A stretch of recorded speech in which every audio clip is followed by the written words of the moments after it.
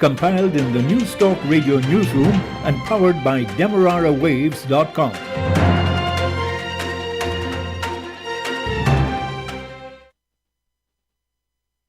With the news at this time, I'm Ron Robinson. A very good day to you.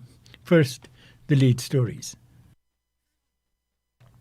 Guyana, through its low-carbon development strategy, pledges to reduce carbon emission by 70% in the year 20,000.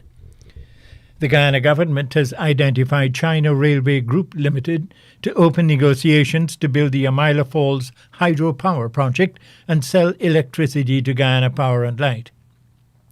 China's State Construction and Engineering has been approved to build the new Demerara Harbour Bridge. The Health Ministry says it is now making the Pfizer vaccine available to the general public. A 20-year-old female of Cumming Sparks, Ohio, was yesterday busted with marijuana in blue soaps she was delivering to an inmate at the Lusignan prison. Regionally, former Commissioner of Police Gary Griffith is defending his decision to hire attorneys outside of the Solicitor General's Department and the Chief State Solicitor's Office in Trinidad and Tobago to represent the police. And internationally, more than 80 countries have signed up to a global methane pledge, agreeing to cut emissions by 30% by the end of the decade. Those are the lead stories. The details of these and other stories in a moment. Not seeing returns on your dollar? Then advertise with News Talk Radio Guyana 103.1 FM and see results. We give you competitive rates, wide coverage, appealing programs, streaming online worldwide on dem waves, and we give you value for your money. You'll see returns when you advertise with us. Call our helpful staff today on 223-1056 or 223-1041 for those competitive rates. 103.1 FM, accurate information blended with great music. And now the news in detail. Guyana, through its low-carbon development strategy, pledges to reduce carbon emission by 70% in the year 2030. Addressing the COP26 climate summit in Scotland, President Irfan Ali says Guyana will continue to maintain its pristine forest as an asset. And in recognition of the ecosystem and climate services provided by forests, it is imperative that we finalize the rules for carbon markets and REDD+, so as to properly value tropical forests and the climate services which they provide. My country, Guyana, is already playing its part in addressing climate change and will continue to do so. We'll maintain our forests, almost the size of England and Scotland combined, storing 20 gigatons of carbon as a global asset. President Ali further committed to COP26 to contribute more to mitigate climate change. We'll work with local communities in conserving, protecting, and sustainably managing our forests, biodiversity, and freshwater supplies. We'll decouple economic growth and emissions through a progressively cleaner energy mix with the aim of reducing our carbon emissions by 70% by 2030. President Ali says history must be recorded as having taken action to avert catastrophe and preserve our planet. Guyana, he says, will partner with all international bodies to mitigate climate change effects. History must not judge us as having only counted our losses. It must instead herald our effort to confront one of our planet's greatest threats, climate change. In this regard, Guyana is prepared to work with the international community for collective action. We support the position of CARICOM and are aligned with the Alliance for Small Island States, AOSIS, the Community of Latin America and Caribbean States, CELAC, the Letitia Pact, the Dhaka-Glasgow Declaration, and the Glasgow Leaders Declaration on Forests and Land Use.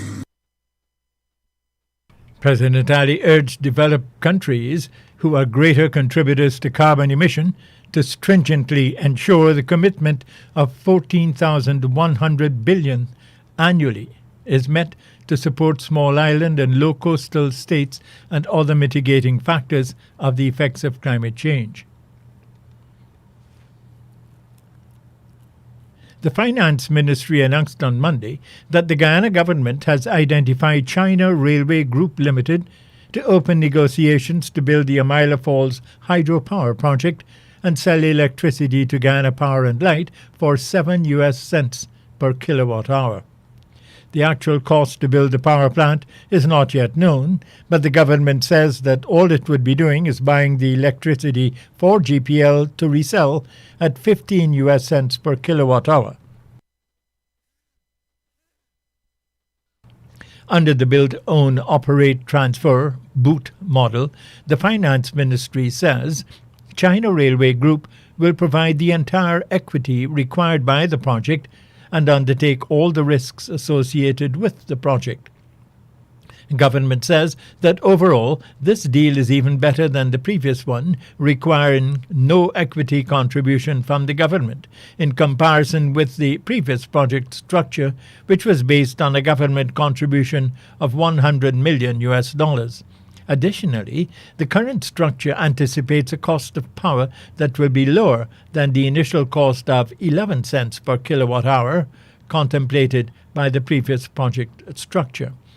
In response to government's request for proposals during July 25 to August 15, 2021, 4 companies submitted proposals, and China Railway Group Limited was identified as the most capable partner by the Evaluation Committee after a rigorous evaluation process, following which the National Procurement and Tender Administration Board, NPTAB, submitted the relevant recommendation to Cabinet for no objection. The AFHP was first identified in 1976 by the Canadian company Monenco during an extensive survey of hydroelectric power potential in Guyana. China's State Construction and Engineering has been approved to build the new Demerara Harbour Bridge. The company proposes to build a new east-west corridor at a cost of $256.6 million US. Now that the cabinet has offered its no objection, the company and government will hold negotiations on various aspects of the project. China's State Construction and Engineering will build and design the Demerara Bridge, and the Guyana government will operate it. The Ministry of Finance said the new bridge will facilitate greater traffic capacity and dramatically improved commuter convenience. The company would be required to construct a hybrid cable-stayed center span bridge with concrete box T beam girder approach bridge structure, along with bridge collision protection. Additionally, navigation span to accommodate Handimax vessel navigation aids, lighting, signage, and all other ancillary works, an access road with a minimum of 50 meters up to abutments, and toll collection buildings and ancillary buildings on the west bank of the Demerara River. The Health Ministry says it is now making the Pfizer vaccine available to the general public. The jab was first made available for children 12 to 17 years old and later expanded to include pregnant and breastfeeding mothers.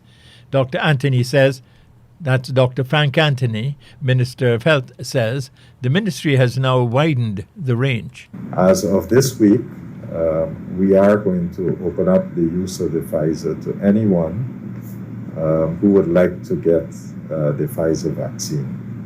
So basically now anybody 12 years and above can access the Pfizer vaccine.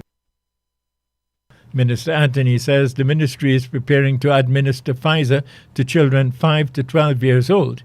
He says staff are undergoing training. This particular age group would require a vaccine that is 1/3 of the current dose that we are giving. We have started that training. We are expecting that during this week we'll complete that training. So once full emergency use authorization is given in the United States, our FDA would then be able to license the vaccine for emergency use authorization here in Guyana. Minister Anthony says the administering of the Pfizer jab to children ages 5 to 12 could begin as early as next week once the emergency authorization is given.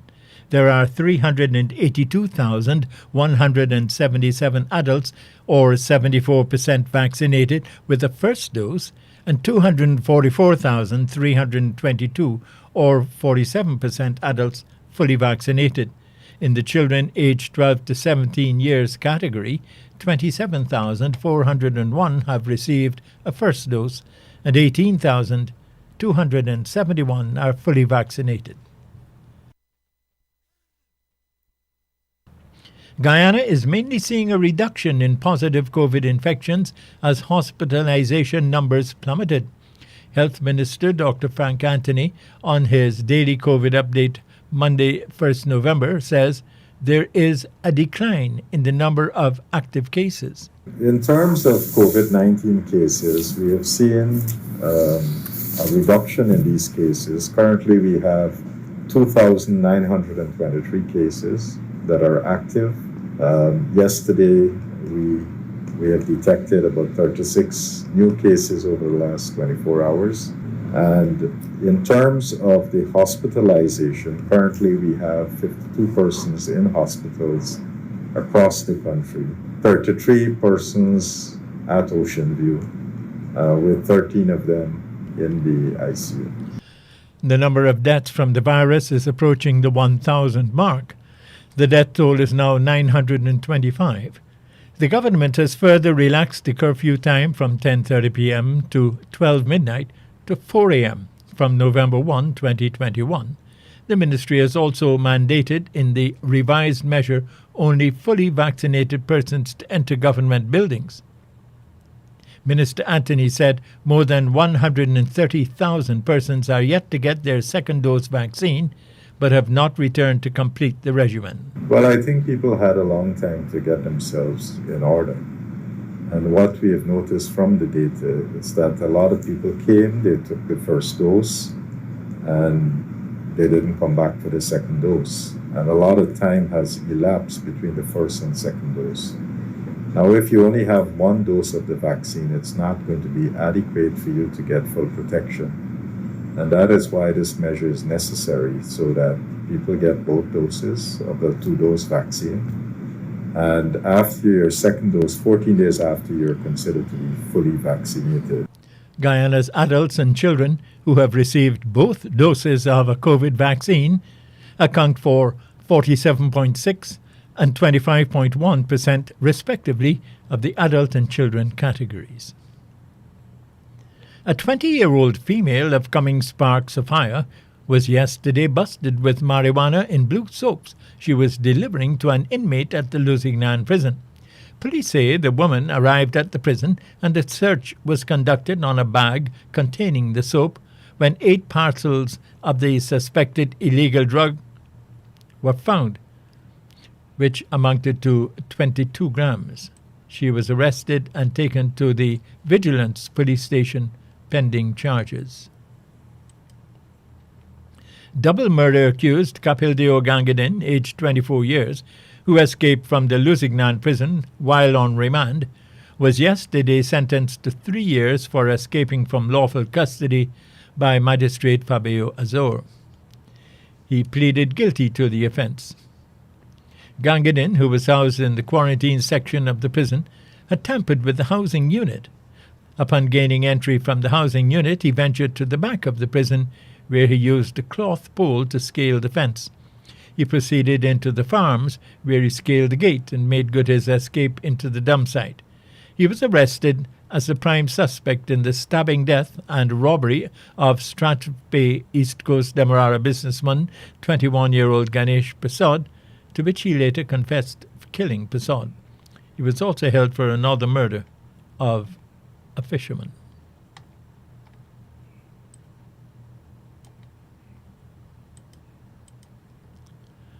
Former Commissioner of Police in regional news, former Commissioner of Police Gary Griffith is defending his decision to hire attorneys outside of the Solicitor General's Department and the Chief State Solicitor's Office to represent the police in certain matters in Trinidad and Tobago.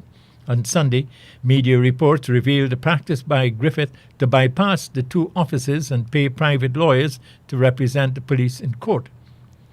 Griffith, in a social media post on Monday, said the police only represented itself in judicial review matters, habeas corpus matters, and administrative tribunals. He added that it is well permissible in law, and there was nothing wrong with the police seeking to represent itself in such matters.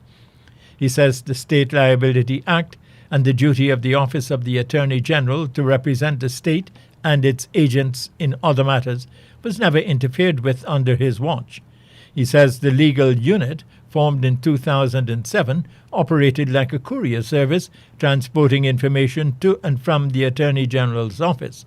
The state attorneys, he says, did all the legal work, including responding to pre-action letters in freedom of information matters, judicial review, and habeas corpus matters. Addressing concerns about the amount of money spent on legal fees during his tenure as commissioner, Griffith says in the last 10 years, billions of dollars were spent by successive administrations on legal fees. But he says the $1.1 million fee highlighted in the media was paid to 12 attorneys over a 2-year period. Suriname is one of the few carbon-negative countries in the world that has taken bold steps to identify mitigation and adaptation measures. President Chan Santoki of Suriname says resilience has been built to counter the effects of climate change. I beg your pardon, I'll read that again.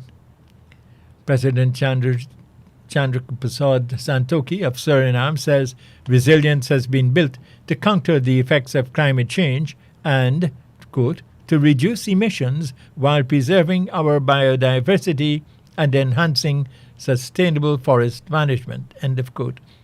President Santoki believes that the intentions should be realistic, future-oriented, and balanced. With the signing of the Paris Agreement in 2015, almost the entire world agreed to keep the projected temperature increase well below 2 degrees Celsius and preferably below 1.5 degrees Celsius. This goal has not been achieved. Countries with low-lying coastal areas, such as Suriname, are among the most vulnerable, but they received no more than 2% of global climate finance between 2016 and 2018. These countries are also facing the financial and social consequences of the ongoing COVID-19 pandemic. The president argued that future-oriented action should be taken. He says the future is now. Countries have no choice but to act now in a cooperative and collective way. He reminded that only by working together will countries meet the challenges of climate change. Santoki calls for agreed mechanisms that will support countries, especially the small island developing states, and countries with low-lying coastal areas, such as Suriname, in making this transition for low emission. The Caribbean Court of Justice, CCJ, will begin hearing evidence on Tuesday in a matter in which Belize is alleging that Trinidad and Tobago failed to comply with its obligations under the Treaty of Chaguaramas, RTC, that governs the Regional Integration Movement, CARICOM. Under the RTC, CARICOM states are required to impose a 40% Common External Tariff, CET, on brown sugar imported from sources outside the Caribbean region. Belize contends that it has evidence to demonstrate that between November 2018 to June 2020, brown sugar, which was produced outside the Caribbean region, entered the Trinidad and Tobago market without the 40% CET being imposed. Trinidad and Tobago denies that it has permitted the importation of extra-regional brown sugar from any extra-regional territory without the imposition of the 40% CET. The CCJ, which will sit in its original jurisdiction, which is an international court with exclusive jurisdiction to interpret and apply the rules set out in the RTC and to decide disputes arising under it, will be presided over by a 7-member panel headed by its president, Justice Adrian Saunders. And now for international news, we join the BBC World Service. Hello, this is Julie Candler with the BBC News. A plan to make drastic cuts in methane gas emissions and slow down climate change has been announced at the UN Climate Summit in Scotland. The aim is to reduce outputs of methane, one of the main warming gases, by 30% by the end of this decade. The President of the European Union Commission, Ursula von der Leyen, gave more details. We are officially launching our methane pledge. And we're proud and happy and grateful that over 80 countries have signed up. This is fantastic. Together, these over 80 countries commit to reduce global methane emissions by at least 30% by 2030 from 2020 levels on. President Joe Biden called it a game changer, but 3 of the world's largest methane emitters, China, Russia and India, are not joining the pledge. The BBC has learned that the organisers of the climate summit wouldn't allow the Chinese President Xi Jinping to address it by video link. The incident underlines the difficulty of bringing world leaders together to solve the crisis, as Michael Bristow reports. Britain, which is hosting the climate meeting, believed it was critical for world leaders to attend the conference in person. Well, Mr. Xi has not left China since the COVID pandemic took hold and declined to attend. Instead, he expected to appear by video link. But the meeting organisers only gave him the option of providing a written statement, which he supplied. For many, it seemed a small contribution from the world's biggest emitter of greenhouse gases, particularly as the statement contained no new pledges. Swiss prosecutors have charged the former presidents of the European and World Football Authorities with fraud. The Swiss Attorney General's office says the former FIFA president, Sepp Blatter, arranged the unlawful transfer of more than $2 million to Michel Platini, the head of UEFA, in 2011 when the two were still in office. Both were banned from any further involvement in football in 2015 when criminal proceedings were first opened against Mr. Blatter. The two have always denied any wrongdoing, saying the payment stemmed from an earlier verbal agreement. The number of people killed in a major attack on a military hospital in the Afghan capital Kabul has risen to 25. With more details, here's Sekunda Kamani. The attack began with a suspected suicide bombing at the gate to Kabul's military hospital. That was followed by gunfire and a further explosion. A number of attackers entered the hospital complex where they battled against Taliban special forces. A Taliban spokesman said at least 4 assailants were killed and 1 was arrested. The Islamic State group carried out another attack on the same hospital in 2017, killing more than 30 people. The group is a fierce rival of the Taliban. World News from the BBC.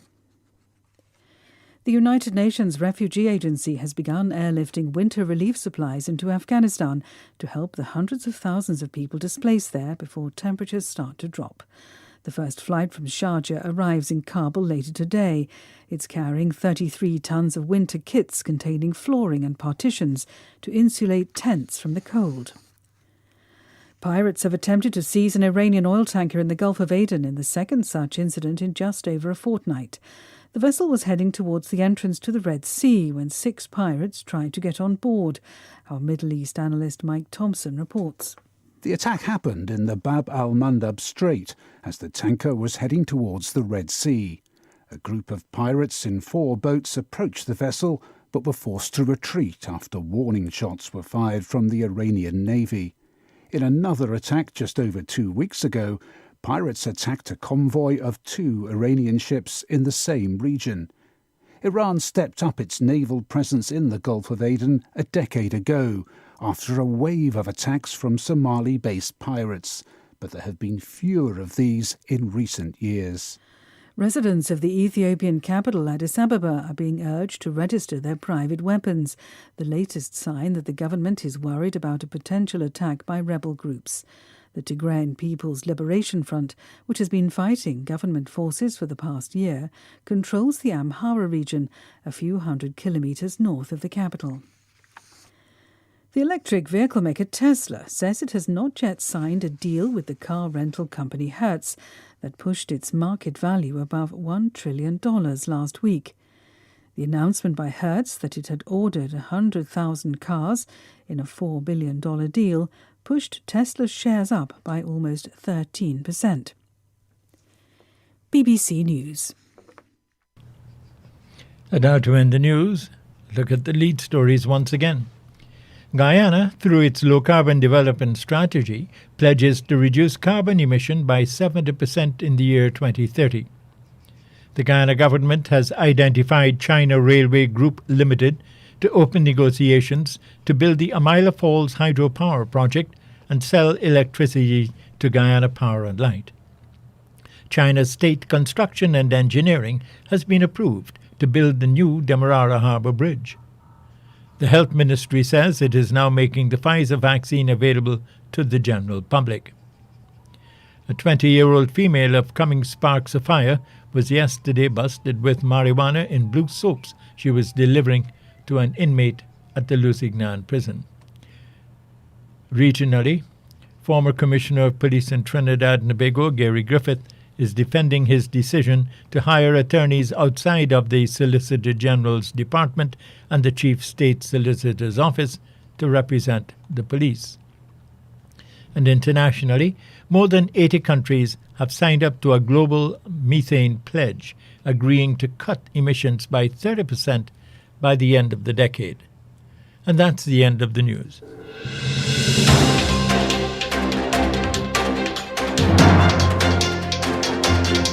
This has been the news, compiled in the News Talk Radio newsroom. For ongoing updates, visit demerarawaves.com, and you can check facebook.com/demwaves and twitter.com/demwaves.